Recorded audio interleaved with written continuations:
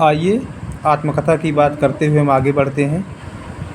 ये जो बुक है एनसीईआरटी की बुक है। इसमें आपको जो है कहीं भी कोई भी तथ्य गलत नहीं मिलेगा। इसीलिए आप इसको बहुत ही ध्यान से पढ़िए।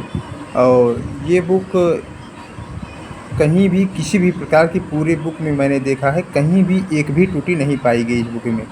ये एनसीईआरटी की बुक है, बहुत ही अच्छी बुक है।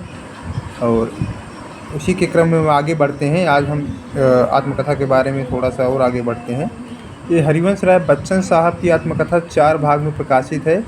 इसमें पहला है क्या भूलूं क्या याद करूं, जो 1961 में है, 69 में है। उसी के एक साल बाद 1970 में नीड़ का निर्माण हुए। फिर उसी के फिर 8 साल बाद आया है 1978 में बसेरे से दूर। इसको मैंने पढ़ा है, बहुत ही अच्छी आत्मकथा है इनकी, बसेरे से दूर। उसके बाद चौथा है 10 द्वार से सोपान तक। ये 7 साल बाद इसके आया है 1985 में, यानी कि 1 साल का अंतर है, फिर 8 साल का, फिर 7 साल का अंतर है।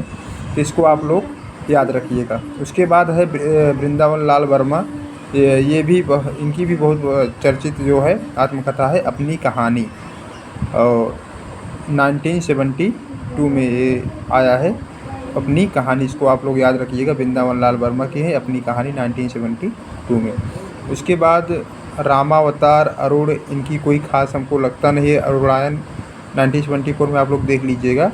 ये इम्पोर्टेंट है। बलराज साहनी, जो मेरी फ़िल्मी आत्मकथा, इनकी जो आत्मकथा है मेरी फ़िल्मी आत्मकथा है 1974 में। उसके बाद कृष्णचंद्र भी कोई ख़ास नहीं है, क्योंकि आधे सफ़र की पूरी कहानी इनकी है 1979 में। उसके बाद ये इम्पोर्टेंट है, कमलेश्वर की है। कमलेश्वर की जो है गर्दिश के दिन, जो 1980 में लिखा गया। कमलेश्वर की आत्मकथा 3 भाग में प्रकाशित है। इस जो है जो मैंने जिया 1992, यादों का चिराग 1997, जलती हुई नदी 1999। तो उसके बाद जो इम्पोर्टेंट है रामविलास शर्मा जी इम्पोर्टेंट है। रामविलास शर्मा जी इम्पोर्टेंट है। घर की बात 1983। उसके बाद अपनी धरती अपने लोग 1996। मुंडेर पर सूरज, देर सवेर, आपस की बातें, ये सब उन्हीं की आत्मकथा है। उसके बाद शिव पूजन सहाय, इसमें इम्पोर्टेंट है मेरा जीवन 1985 में है। अमृतलाल नागर की है टुकड़े टुकड़े दास्तान, ये भी इम्पोर्टेंट है, 1986 की है। उसके बाद आपको यशपाल जैन की इम्पोर्टेंट है मेरी जीवन धारा। जो मैं छोड़ रहा हूँ इसका मतलब आप इतनी इम्पोर्टेंट नहीं, इसलिए मैं उसको छोड़ दे रहा हूँ। हंसराज राहबर को मैं नहीं देख रहा हूँ। हाँ, उनको ज़रूर पढ़ना चाहिए जो यूजीसी नेट वगैरह की तैयारी कर रहे हैं, उनके लिए ये सब चीज़ें, इसमें कुछ भी छोड़ने लायक नहीं है। बाकी हरीश्वरनाथ रेणु की है, इनको तो आप जानते होंगे, बहुत ही चर्चित जो है लेखक हैं।